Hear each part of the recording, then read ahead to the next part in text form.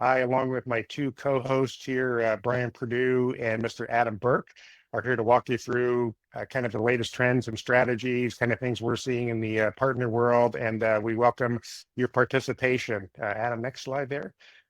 Just a couple of housekeeping items. This is an interactive session that's being recorded, so your mute button is free. It is out in the wild, and you are welcome. That would be the interactive part, to join in and chime in if you have any questions, any contributions, or things that you'd like to make. This is not a broadcast. We welcome that. We need that from our partners. We appreciate, obviously the attaboys are great, but your comments are welcome, and things that you're seeing are always a great part of that. And for the first 50 of you who attended, we do have an e-gift card that will be coming in after that, and we'll be coming that from our marketing team after this. So appreciate that. Next slide, Adam. Yeah, so just on the agenda today, talk briefly about class. Some of you are new to that. We'll just skim kind of a little bit about our company background. Most importantly, for the content today on the services spotlight, Adam's going to cover, kind of what's trending now. There's a ton of moving parts in the industry right now, and great engagement opportunities that really provide, good topics. I know there's a lot of noise and a lot of things going on, and really some strategies on our side about, kind of some engagement strategies, how to, what customers are looking at and how you can kind of get involved. It is kind of the bulk of this. We will have some time for Q&A at the end, and then we'll wrap up. So with that, Adam, next slide. With that, it is my great pleasure. I couldn't find a picture of Mr. Brian Perdue without a hat. You probably would not recognize him anyway, if he didn't have his baseball cap on. So I'm very proud to introduce. Wants to see that, Gary. I'm very happy to introduce Brian Perdue. Was named the National Channel Manager of the Year at the recent Telarus event. Proud to have Brian part of the team here, along with Ryan Howard, who's covered on the East there to take in the next part of the session. So, Mr. Perdue, with that, you are on, sir. Thanks for leading us into the next session here. Yeah. Thanks, Gary, and thank you everybody for joining. So, one more housekeeping item. I will be manning the chat for those of you who do not want to come off mute and ask questions. So I'll be keeping an eye on that while Adam's running through a bunch of stuff. So. I ran through the names of the attendees, guys. Thanks again for joining. I know a lot of you are very familiar with our organization, but I'll kind of give a high-level background. To Gary's point, for those of you that might be newer to Quest, we are a 43-year-old organization headquartered out of Roseville, California, which is just outside of Sacramento. We love to host partners there. Actually, we just had an event last week. So if any of you on this call are interested in coming out and seeing the facility and meeting the teams, definitely let us know. But we started off as a value-added reseller of VAR, and we still do a couple $100 million of product sales a year.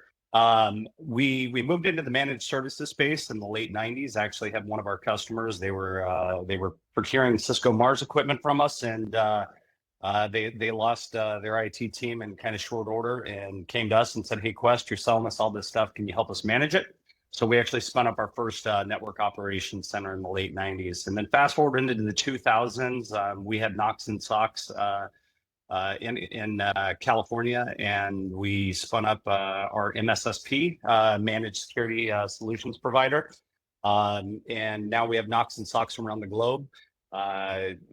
So definitely a big cybersecurity practice there as well. Adam, will you go to the next slide for me real quick? So one of the things that I like to highlight, guys, is kind of some of the areas where we've seen a lot of wins in the channel really over the last year and a half.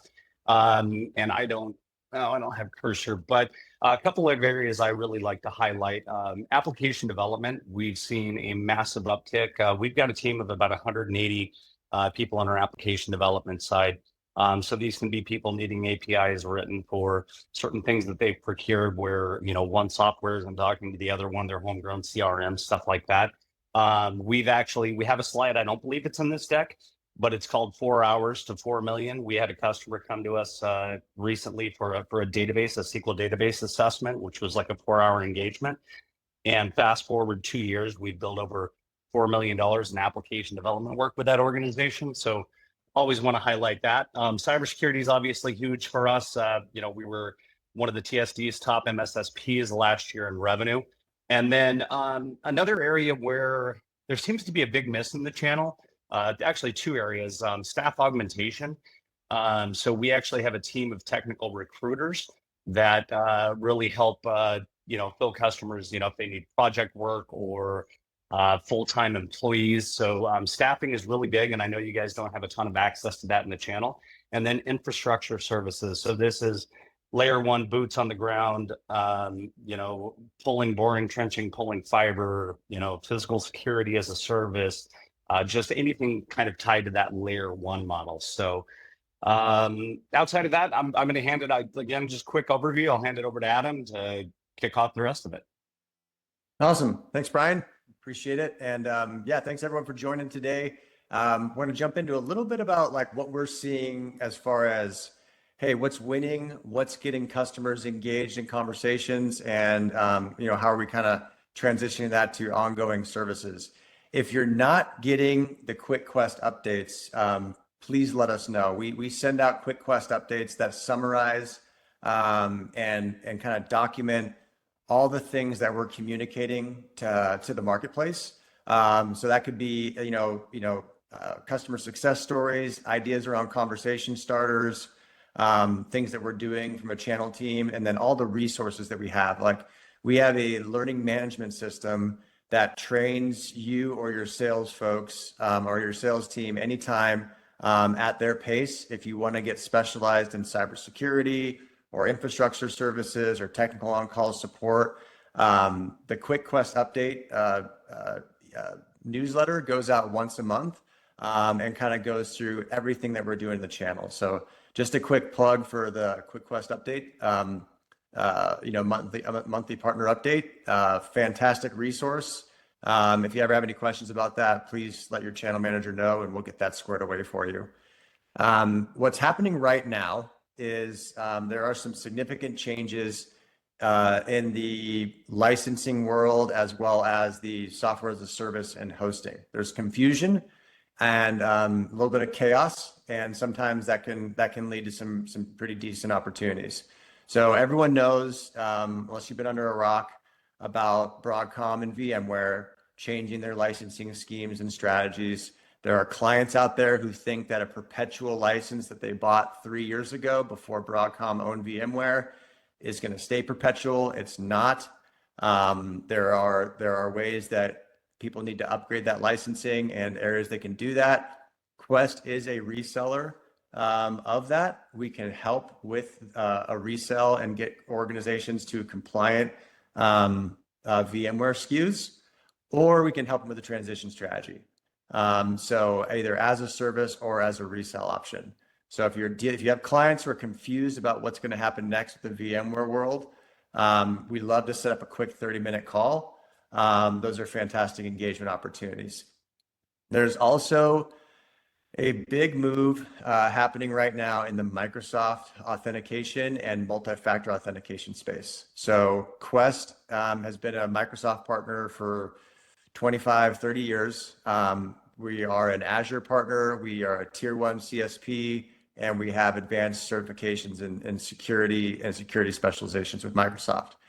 What's happening with Microsoft and what we've done proactively with existing Microsoft customers that we're supporting, if they're open to it, they're changing the rules around multi-factor authentication, and they're going to enforce them for users and service accounts. The first gate dropped about a year ago for what's called global administrators. So people who could do all the big changes, they enforce the idea that the global administrator cannot access the Microsoft tenant without multi-factor authentication enabled. So that happened a year ago for global administrators. What's about to happen and why it's a big deal is every user now has to have multi-factor authentication enabled, and Microsoft is going to enforce access validating MFA. Meaning if your client, there's some content on the next slide there. I think that covers dates and all the detail there. Yeah. Sorry, thanks, Gary. So this is what's coming up. So these are the changes that are coming up. This is what we're trying to tell everyone we can about. We've built out the ability to audit these environments quickly and provide areas of failure either in the services accounts or in the end user accounts. So basically, if they don't address it by October 1st, it can result in blocked access for their users and for their applications. And why this matters is every user knows that they have MFA, right? You have something relayed to your phone or an alternative device, or you get a code sent to your email or whatever that MFA tool is. A lot of users know that. But what's also happening is in the services accounts, which means the communications between applications that not everybody sees. So Microsoft Dynamics communicating with another database, communicating with our SaaS application, all of the Power BI, all of the integrated aspects of Microsoft, those communication points will break if MFA is not enabled. So it's going to be enforced. And it's sometimes not everyone knows where those service accounts sit in their environment. So a great opportunity for you as partners is to just ask the question, hey, how are you guys dealing with these impending changes from Microsoft around MFA? About 30% of the middle market has this figured out. Okay, so over 2/3 of your accounts do not have this figured out.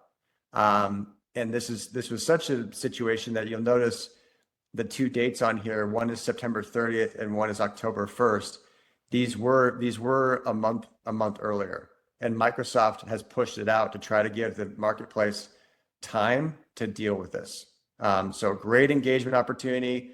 We can get in there, do a quick professional services engagement, run the scripts, provide a plan of action, let them know what it would cost to remediate with our help or the level of effort they're going to have to do on their own, and our guidance around how to do that. So it's a fantastic starting point if you're looking to get in this space around security or MFA or identity management for your clients.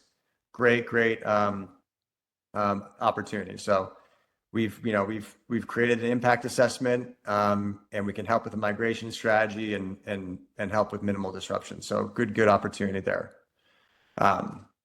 This is interactive. So Brian, Gary, Ryan, any partners, anyone on the call, anyone got any questions around the Microsoft or the Broadcom world, or any feedback you want to share as far as things you're seeing? I know we were just chatting on a partner call earlier this morning around a lot of assumptions out there that people are making around perpetual licensing or MFA or things like that.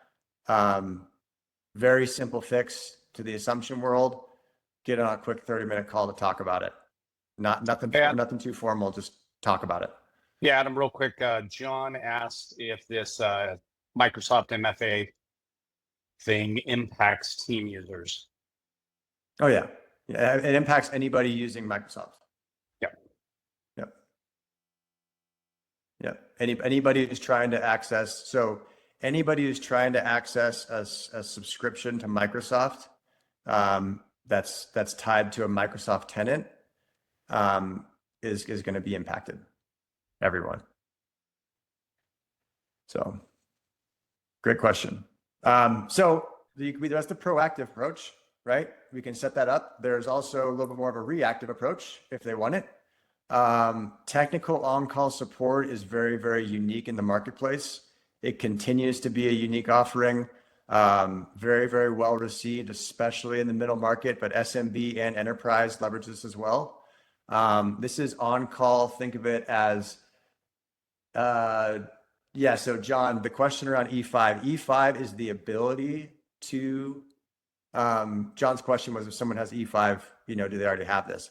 They have the ability to execute it, but that doesn't mean they have it turned on. So what Microsoft is doing now is they're saying, hey guys, you have this multi-factor authentication, you have Microsoft Authenticator in your licensing scheme. I'm not going to let you touch your applications until you enable that feature. Because basically Microsoft is one of the largest cybersecurity targets in the world. Everyone is always trying to break into Microsoft because Microsoft kind of rules the world when it comes to operating systems. So everyone is targeting them. So what they're saying is, hey, if you want to leverage our platform, you have to take on some personal responsibility and enable multi-factor authentication. They're not making it an option anymore. They're saying, you want to come inside the gates, you have to have this authentication. So it's yes. So John, to answer your question, E5 licensing absolutely has access to Microsoft Authenticator, but that doesn't mean they have it enabled or configured, which is something we see all the time. Kind of jumping ahead here. I don't know if we have the cybersecurity checkup, but that's another engagement strategy where you can help your clients understand what they've paid for versus what they're using. Those are usually very, very, sometimes the chasm's not that big between what they're paid for and what they're using. Sometimes it's massive. So we try to help identify those gaps for folks and let them know how to fix it. Along those lines, the Tox engagement is think of it as Uber for engineering. It's the idea that every single one of these skill sets is on our virtual bench and available to our clients 24/7. This comes as part of every single one of our managed service agreements. But clients like to think of things in different silos. So we broke this out as a standalone product as well. And it can be either pay as you go or a retainer-based engagement. It used to be only retainer-based, hey, $5,000 to start, and they can draw against that $5,000. Some clients, I think they latched on to the Uber of engineering analogy, and they wanted to pay, when they called their car. So what we did, we said, oh, no problem. There's payment links that in the event, hey, I need an audio visual technician. I got a big board meeting next week and I want to make sure my conference rooms are squared away. Can you dispatch a technician to my Dallas office to make sure that my Crestron system and everything is buttoned up tight and the CEO isn't going to get ticked off when the AV system doesn't work? No problem. We schedule that AV resource on-prem to go and take a look at things and make sure it's squared away before that event. That goes for everything, including this little giant red text down here. We like to keep it very, very subtle. IR@questsys.com is what your clients or any partners can leverage in the event of an emergency and they need emergency support in any of these areas. It doesn't always have to be cybersecurity related. We're averaging about 3 to 4 cybersecurity incidents every week from new clients coming in asking for help at some level of compromise or breach. So very, very active group. They'll get a response within about 15 minutes from Quest support personnel, and we'll get things going for them. And this is for non-Quest customers as well too. So they don't have to be an existing Quest customer. So, Adam, I think the next slide has some good talking points to this as well. oh, good. Yeah. So I just get talking. My bad. But yeah. So as far as the engagement strategies here, asking your clients around, hey, are they prepared for what's coming up with Microsoft? We have a very good way to get in there and proactively help them. Pretty much every single one of our customers and clients has Microsoft in their environment some way or another. So everyone on this call, pretty sure there's a Microsoft OS running on pretty much all of our machines. So, if they're not aware of it, let them know we can help.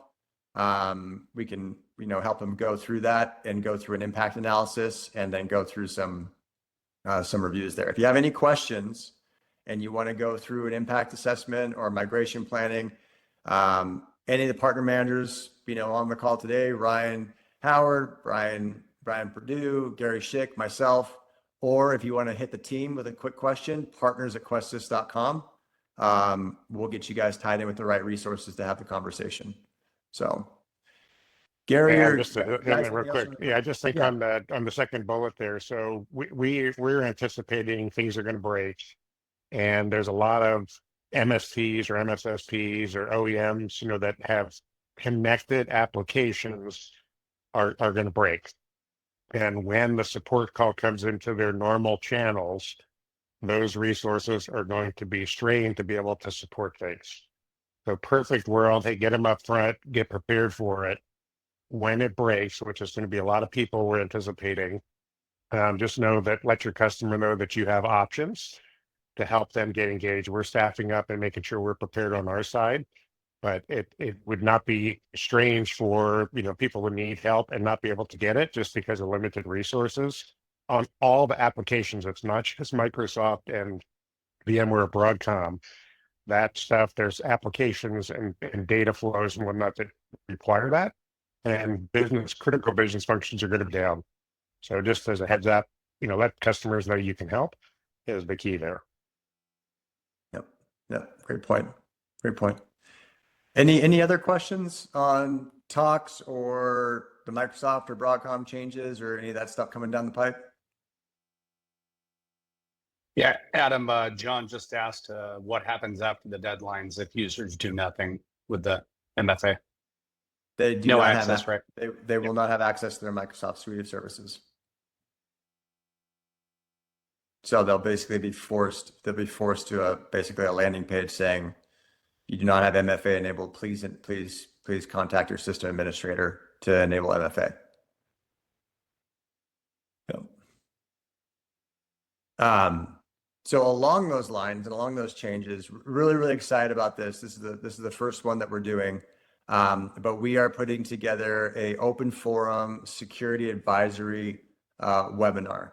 So this is a briefing specifically on what's happening in the world of cybersecurity and vulnerabilities and updates and kind of end of support.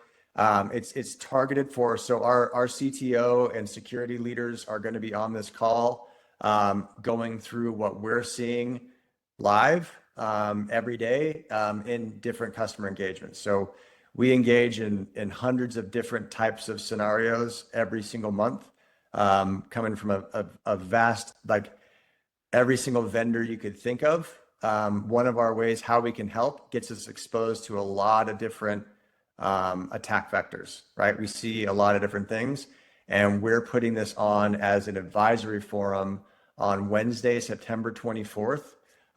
It's a half-hour session. It's going to be rapid fire discussing what we see, real world examples, how we can help, but more along the lines of, what we're seeing from an operations standpoint. So it's targeted towards, director and manager and system level type folks, security analysts and CISOs, and anybody who has to do with business compliance. So this is not a, hey, Quest, wants to sell you endpoint protection and cybersecurity suite of services.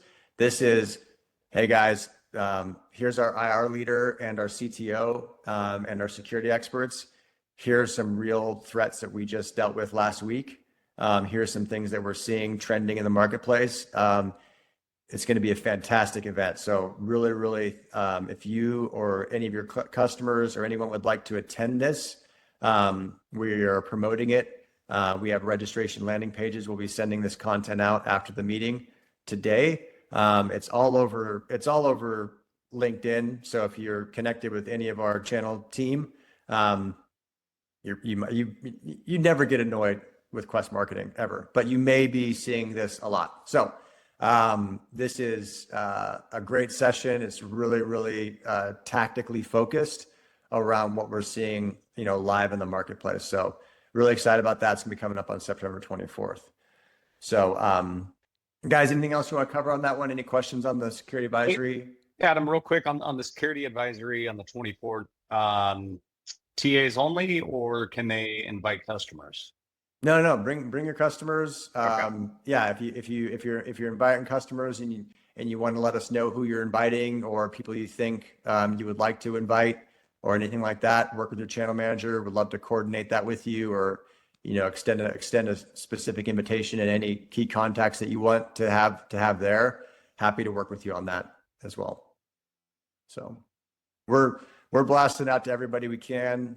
We're letting the marketplace know that we're here to help. So want to make sure that you're there as well, and it should be a great session. So cool. So kind of rolling through a little bit more here. From an engagement strategy standpoint, another area where we're seeing about an 80% conversion into MRC and professional services and staffing is around our partner and customer capability reviews. So a capability review and kind of working with a client to understand their current, technology stack versus what could be leveraged through a Quest partnership and some of what we've done. Fantastic offering. So we have some specific spiffs targeted around this on a per capability review session. So it's a 30 to 45 minute session where we kind of go through high level snapshot of Quest capabilities. We pay $250 directly to the trusted advisor, technology advisor for this through our spiff program. And, typically about 8 out of 10 of these year to date have converted within the next month to an engagement. It's not a Quest sales pitch. It's a high level snapshot because we do really believe that we have some different capabilities and some abilities to help meet clients where they are. So we just go through that, a couple examples of ways we've done that with other organizations. And then we kind of open it up for the client to share if they're willing to share what they're dealing with. So fantastic opportunity, $250 per session for any clients you want to have an engagement around capability review with. And they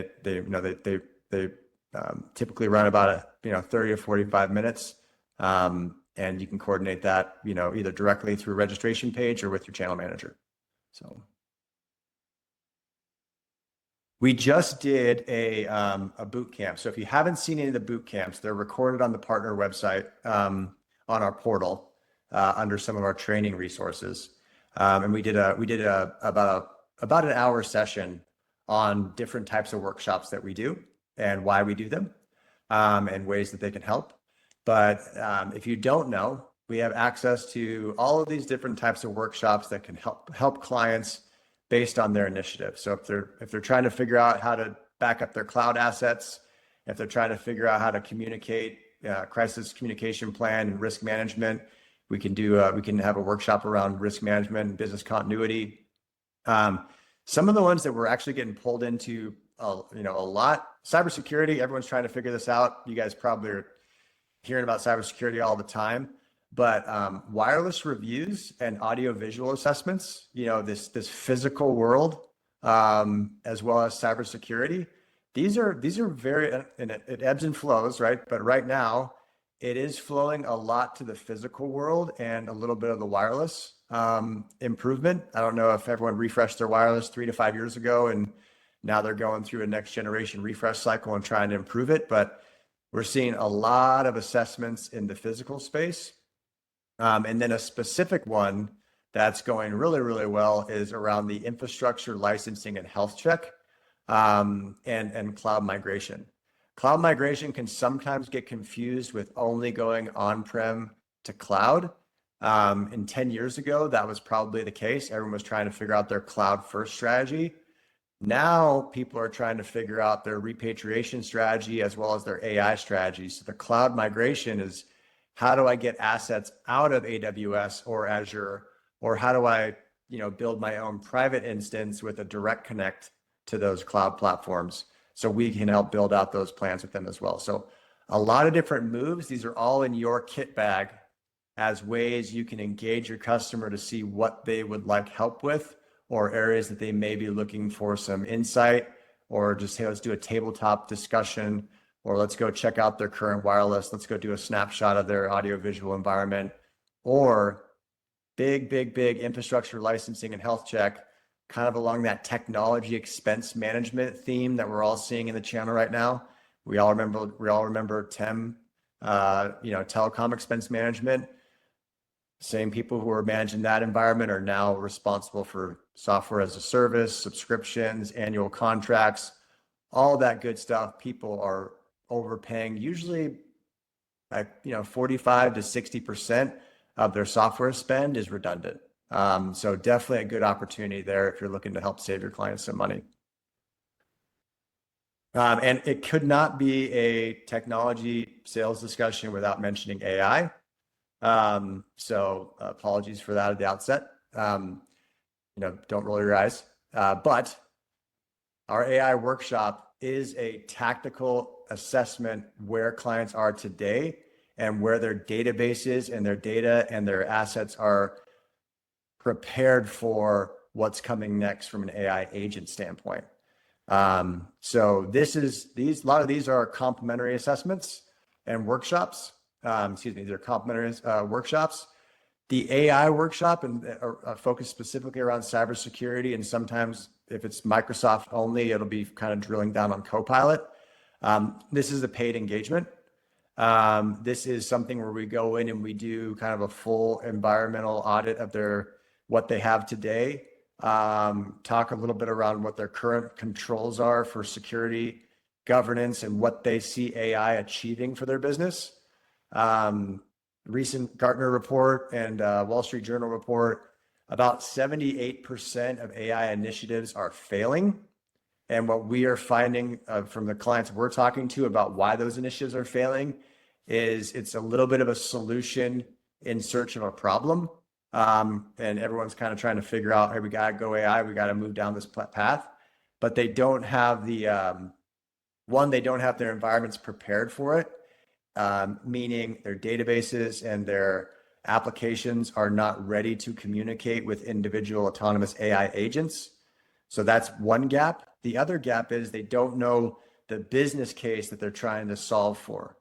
So what we do is we kind of try to peel all the marketing fluff back, right? It's really cool. Yes, it's great. But what are you trying to use it for? What are some areas you can address, whether it's customer engagement, automation of tasks, automation of research, automation around compliance and governance, whatever that is.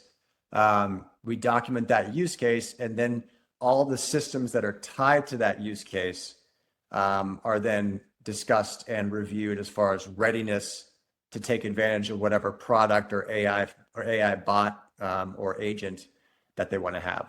So very tactical, very baseline discussion, and we've had some great feedback on the AI workshops. Been doing this for a little over a year now, and it's been really well received. I kind of teased this a minute ago around the licensing health check, but the technology expense management, and raise your hand or give me a thumbs up if you're seeing this in the channel. But the technology expense management movement is getting real. It's been called different things. It was called shadow IT, shadow cloud spend. Now it's shadow AI spend. But basically, all the different vendors have moved and followed suit with Microsoft in the sense of, like Satya Nadella, when Microsoft exploded in valuation, he did a really cool thing. He basically stopped people from being able to steal from Microsoft, right? So back 15 years ago, the only way you could really understand what you were spending with Microsoft, or Microsoft could really understand what you were actually giving them, was you get this nasty gram, email or letter saying, hey, congratulations, we're going to come in and do a licensing health check review with you. Basically, what that meant was, and you got that from the mothership of Microsoft, was we think you're stealing, and we're going to come in and audit you and send you a bill for all the services that we don't think you're paying for. So when they transitioned to a SaaS cloud instance, all they really did, and I don't mean all they really did in a disrespectful way, it's brilliant from a financial standpoint.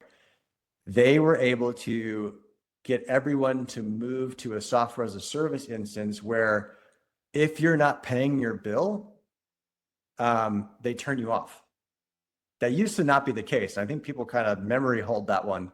But now, when everyone has a Microsoft tenant, you have to pay for the assets you're using. You have to pay for the licenses you're subscribed to. If you don't, those licenses are no longer accessible. Those features are no longer accessible.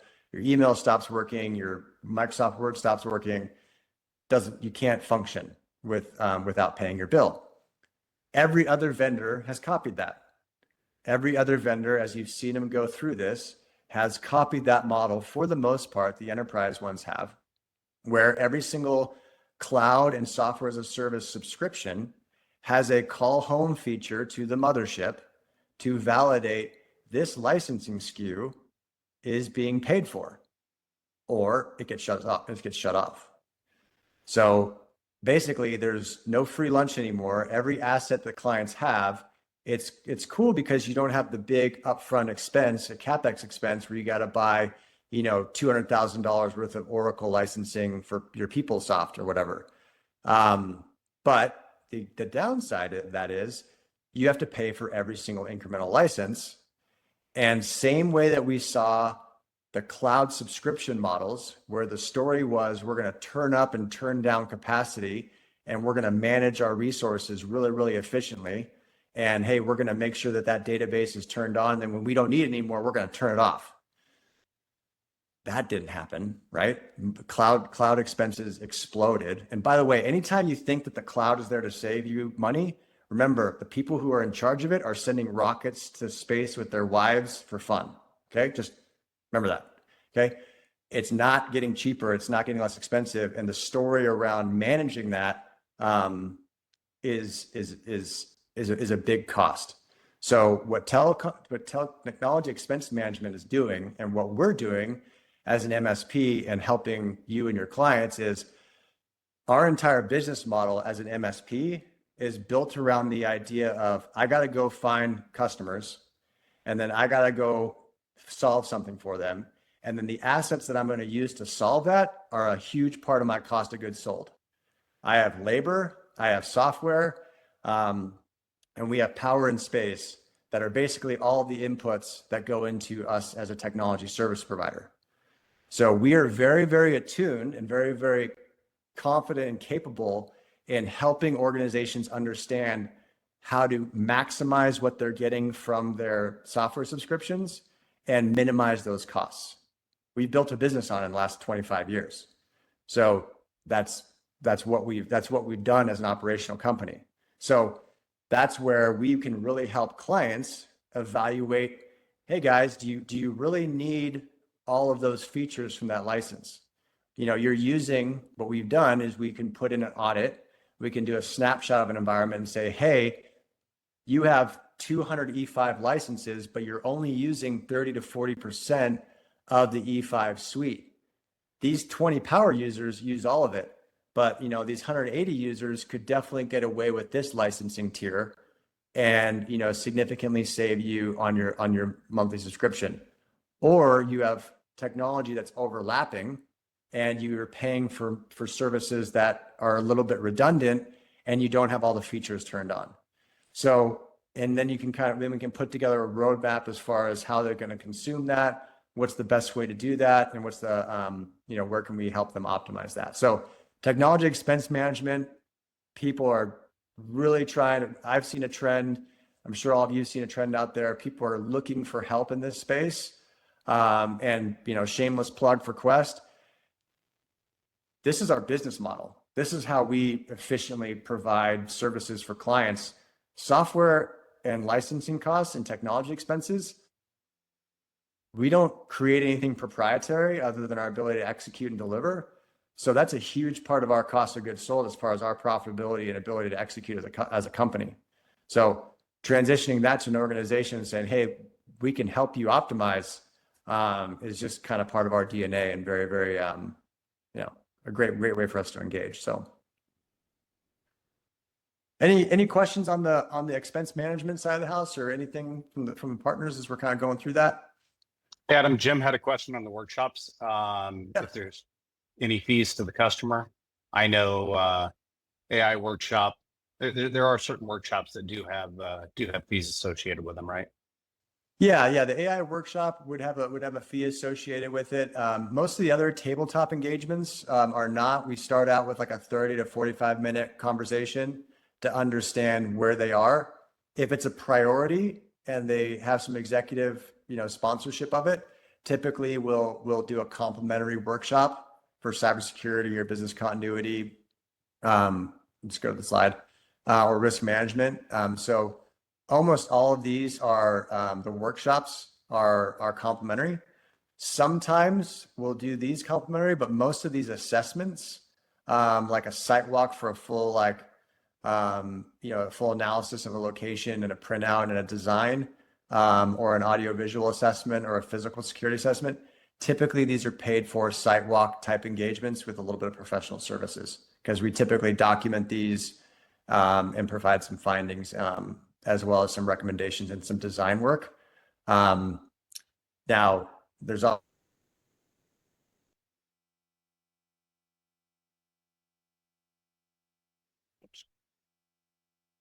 Like we lost Adam.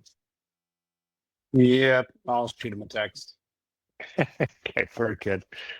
Hey, Yeah, Gary, real just to quick while we're continue. waiting for Adam Yeah. to reconnect, there was a question from Kyle. If we're gonna share out the TEM sheet, the PDF, do we share out this entire deck with all the attendees?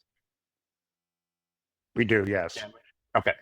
We'll share out the deck. We'll share out some data sheets. That'll be part of the follow-up with your gift card coming out. I thank you for that question, Kyle. And then just to kind of hop on Adam's thing also for the AI assessment, generally we'll start with a conversation. Hi, nice to meet you. And hey, bring us up to date a little bit just to determine kind of where they are to get started from a continuity perspective and understand how deep they want to go with that. Sidebarring over to the infrastructure services on the paid site walks and whatnot. Oftentimes that is refunded or credited as part of the if they elect to go with Quest. We're not looking to grab their money and whatnot as a paid piece. That's normally part of any engagement before ordering parts and materials and whatnot. Those are aspects that we would definitely look into to be able to credit to them on that side. And I'm going to pull up my sheet here and finish up for Adam here. Let's see here. Let's go over here. Share this note. And Brian, you'll let me know when Adam comes back. I'm here. Keeping an eye on them. Can you guys hear me There now? we go. Yep. No, Yeah, sorry about Adam, that. I'm gonna stop. John said you need a wireless assessment. Yeah, Do y'all have a That's service exactly. that keeps you from getting kicked off of meetings? yeah, something like that. Something like that. Adam, I'm going to stop sharing and allow you to bring your deck back up. Hopefully, we'll get you. I'm going to stop sharing here. Okay, thanks. I just need someone to, if Justin, you want to make me the co-host again? I think I came in as a general attendee this time, so sorry about that. My apologies. Yeah, Gary, if you want to. Oh, there we go. There we go. I'm back alive here. All right. Never a dull moment. Good times. You guys still got me? We have Yeah. You're good you have to part of your go. screen up. Okay, good, Adam. Thank you. Okay, cool. All right, now talked about this a little bit earlier. Something that would be it's really critical, and as a great way to engage and very low cost, is what we call cybersecurity checkups. Now we mentioned assist.com. We've executed over 50 of these just in the last quarter, where we're now offering these as a single. You can do one, or you can do all 7, or you can bundle whatever.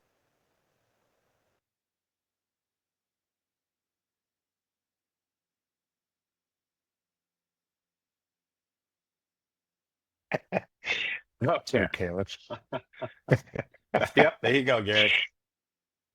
let me do this again here. Let me so I'll stop my video. I'll share this out. Become the presenter. Okay. Yeah, let's go through this here.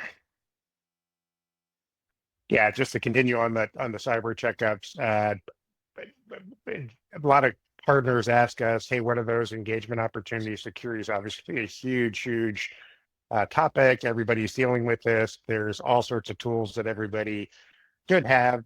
What we found is, as a security incident response first responder, many of the attacks and attack vectors come through, the email security. Patch management's not up to date. endpoint protection's not there. So what we found is really successful is, almost going and assuming that your customer has these, either driven by their cybersecurity insurance company or, compliance or Boy Scout, hey, this is what I should do or whatnot. These are the critical areas that are there. And what we found happen is people have spent a lot of money on different technologies.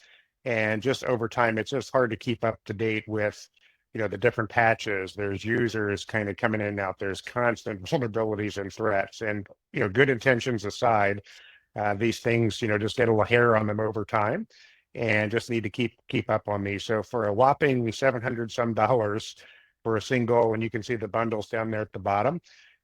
These are services we'll literally come in, do a couple of day engagement, pop the hood, look at their configurations, look at their policies, run through the vulnerability reviews, really give them some feedback on kind of what their current status is, with recommendations that they can either execute themselves, or that they can, call upon Quest to be able to help them get through those. So those will be there. And Adam, I'm assuming you're back, as my PowerPoint is. Did I lose that? That's back up, Gary. Adam's back. Welcome back, Adam. Adam, you're on You can- mute. Okay, I'll keep talking.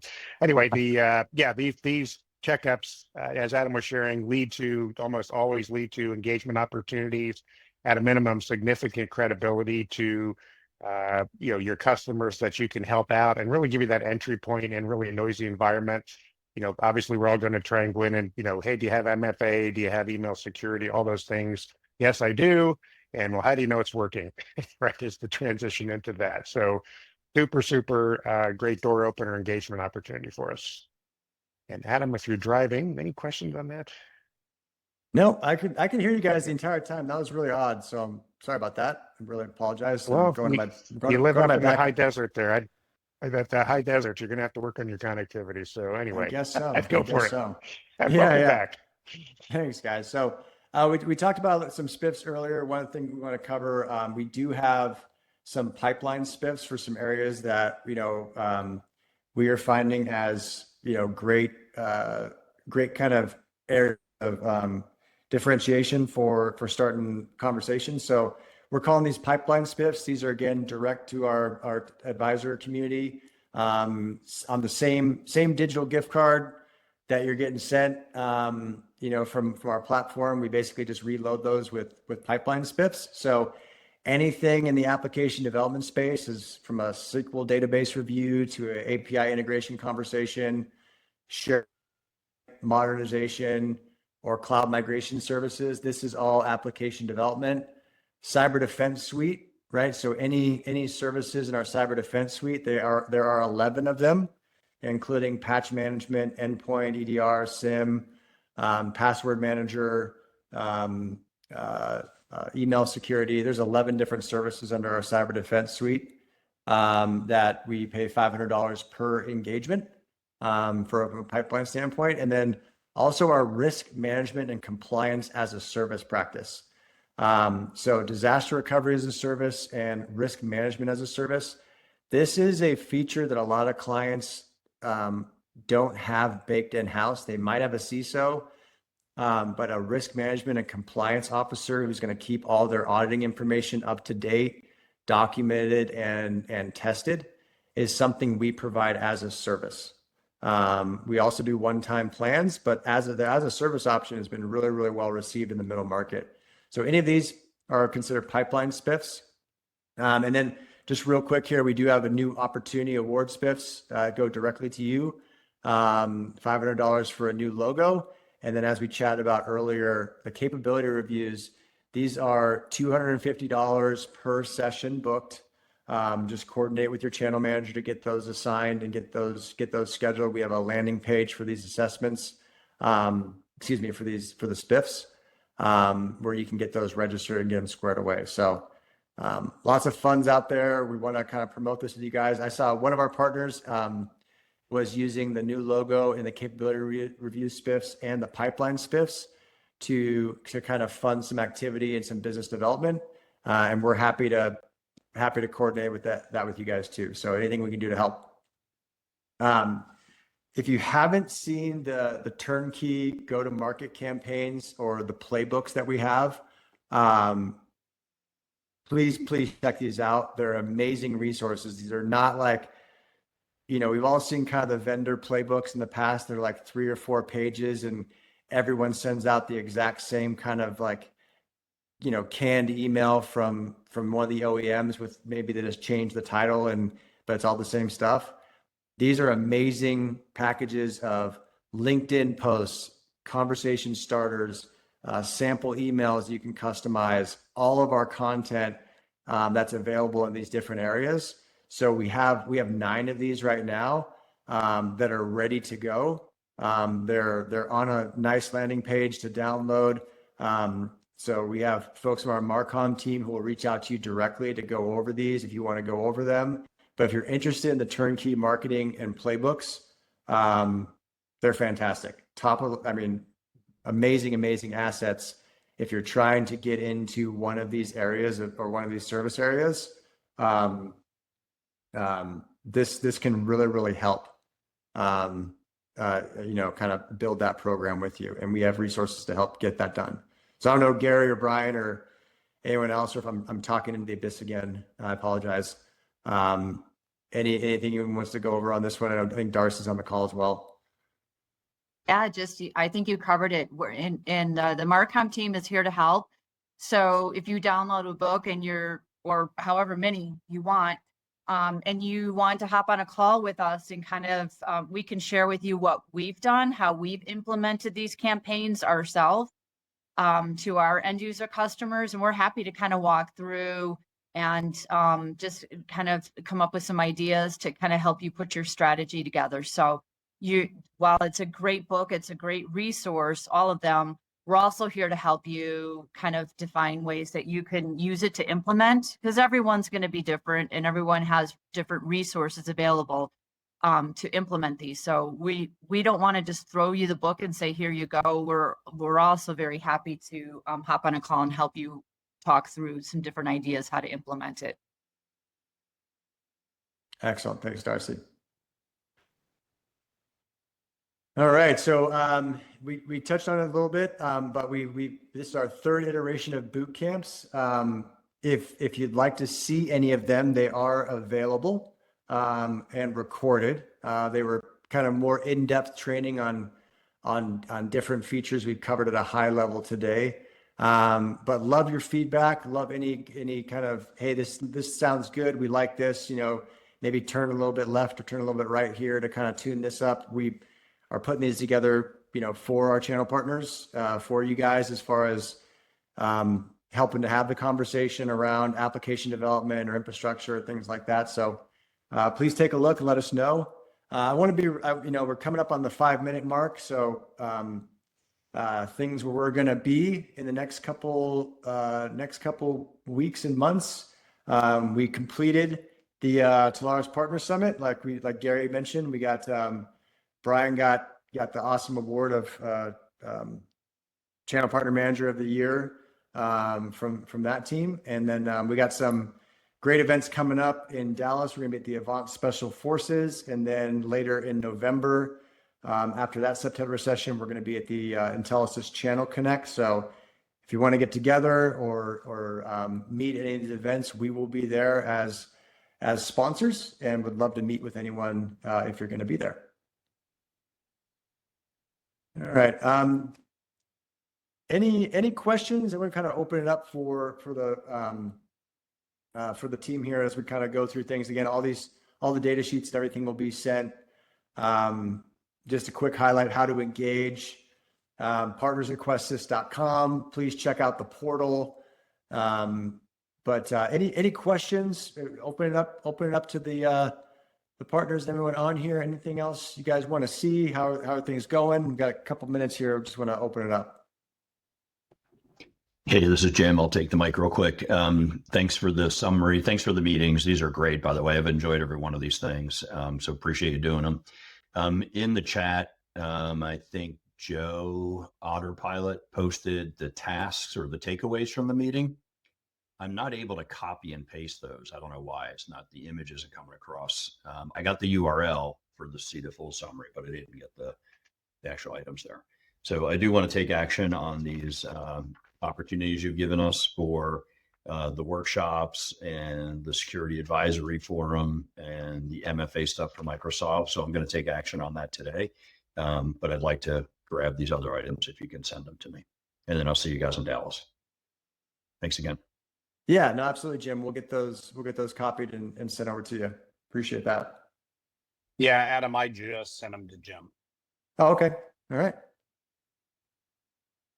Good deal. Well, apologies for the a little bit of the technical snafu earlier. It's a fun part about living in the desert, and sometimes you get some big storms that make the internet a little bit spotty. So, Gary, Brian, Ryan, anything else you guys want to? Well, we got the crew here. Anything else you want to touch on before we close out? Not for me, other than to say, thanks for giving us your time. Really appreciate the the time you take to spend with us to educate yourselves on what we can do, and look forward to seeing you all out in the field. Hey, Adam, real quick, we did have a question come in from Renee regarding having an AV assessment. What would be the biggest pain point for a customer needing to have one? Yeah, so audio visual is one of those ones where folks will kind of set up a system, then the simplicity of management is often a bit of a challenge. So I don't know, I think we've all been in those meetings where you go to a conference room and it's not necessarily the most intuitive platform. So what we do is we go in, kind of take a snapshot of what's there and try to simplify it as much as possible for non-technical users. But we also do things like speaker track, noise cancellation, sound dampening, audio visual walls, making sure all the cameras and the mic drops are all appropriately tuned and things like that. So we've done like massive conference rooms for 2,000 people at like a corporate headquarters, all the way down to, small huddle rooms where they just want to make sure, that the two huddle rooms next to each other can't hear each other while they're talking to folks on their, on their digital display on the wall. So everything in between, it's mainly around having non-technical users be able to leverage the audiovisual platform. Okay, great. Great.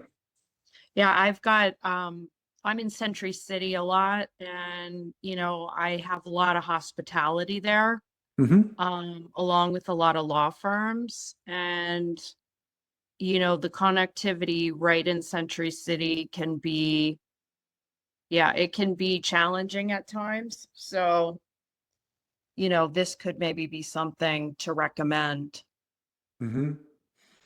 Yeah, law firms and hospitality and organizations that are, doing remote sessions and things like that from conference room to conference room can be a little bit challenging sometimes. So we've had good success standardizing that and giving people a good outcome there. Okay. Yep. Great. Yeah. Thanks for the question. Mm-hmm.